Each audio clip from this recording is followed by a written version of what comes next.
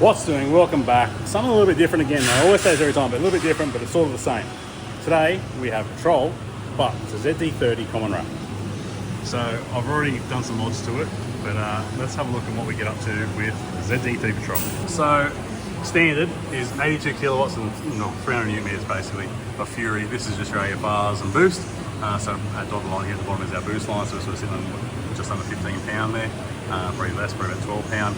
And our AFR's in about 20 to 1, then tapering to 17.5 about here up in the top of the RPM. So let's have a look and see what we can do. Yeah, let's have a look, see what we can do, make some more power. What we need is Tillix valve. Now, if you're not aware of what these are, there's a little vacuum needle here where we control how much vacuum it gets to create how quickly the turbo comes on. That's adjustable, so if you have it basically fully closed, make it ramp up really quick. And if you haven't tuned the car, you're going to have to adjust this one as well. And you can open that up and it'll slow the turbo rate down a little bit to try and stop them going limp mode. But we're obviously tuning, so we're going to make it as quick as we possibly can. And this one is what we adjust to make our boost. So it does say on here which way to wind it. I'll wind around there so you can see. We'll zoom in there properly. Try and zoom in, but yeah, so then you have boost plus and minus there, so we wind this, don't wind this one, wind this one that direction or that direction so you know what's going on, and then that creates a valve difference in there, and then we can see, but then we going through there creates a difference in vacuum, which then creates the actuator here to move at a different rate to create how much boost we're making and how much air it's basically letting go through to max it out.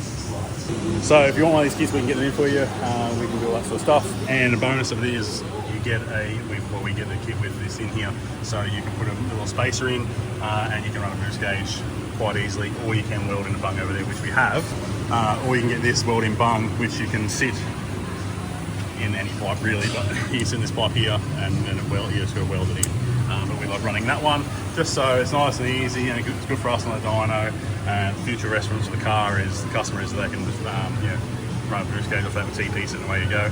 Super easy. The funny story with this one is the customer went to a few local shops and they said they're not able to tune it. It's something weird about it, something locked, whatever. Got referred to me, and yeah, I read the file out of while he was in the car park. Said, man, I can tune this, no dramas at all. So then we rebooked, because we're about 3 to 4 weeks in advance in bookings on dyno. So he booked back in for future, and then now we're tuning today.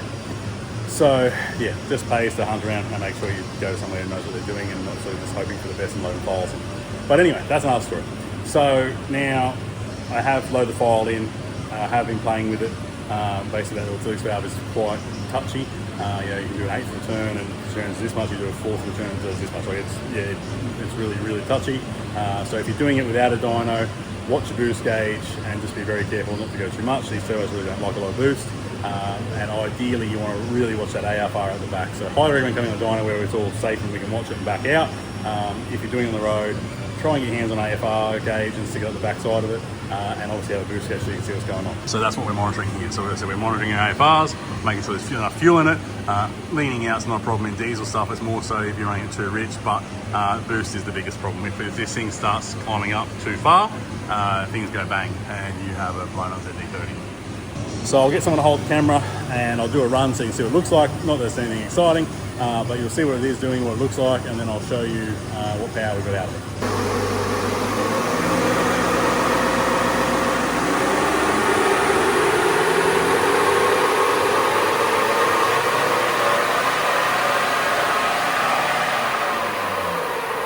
That was a run.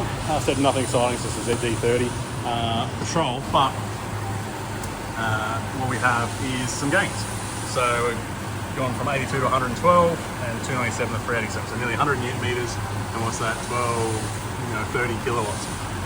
So massive gains in power and torque, but you can see our boost here, so we're flatlining there longer than 20, and here our AFRs are sitting at sort of 18 and sort of tapering to 17.5 and taper out. So fueling's bang on, boost is bang on, and I'll just bring up the power map now so you can see what's going on there. So I've just brought up the power and torque in RPM so you can see what's going on, and you can see we start about 1750 or so and taper it to about 4 grand, but whole way through power and torque, massive gains and not much done to it. All we've done is run a Tillix valve on it. Customer has big plans for it where he's going to put a bigger intercooler on, we're going to put a 3-inch exhaust on, and tie the engine bay up and do those sorts of things, and just make it a bit more reliable with heat, and make it a bit more unrestricted in the exhaust system. But for a basic stock car, this is completely stock. ZD30, hasn't been anything done to it before. As you see, there's nothing, not a snorkel, not a thing. It is one clean stock ZD, and yeah, got some really good results out of just a Tillix valve and a tune. So if you're looking to get more out of your Patrol, we don't really fuss around with the other ones, with the, the direct injection ones. Just the common rail stuff, we just do direct to ECU. The direct injection stuff is doable, but time versus effort and versus outcome is just not worth our time. We don't do a lot of them. So no, we don't do direct injection, just the common rails. We drop the ECU and we get it, we can go straight to the pin to the board and get that sorted out easy, and get some really good results. And obviously they'll go better again with an exhaust and better again with an intercooler, because like the Land Cruisers, they get mad heat soaked. This is really, really hot. So to have a bigger intercooler, or if you want to get front mounts, all that sort of stuff, obviously ideal as well.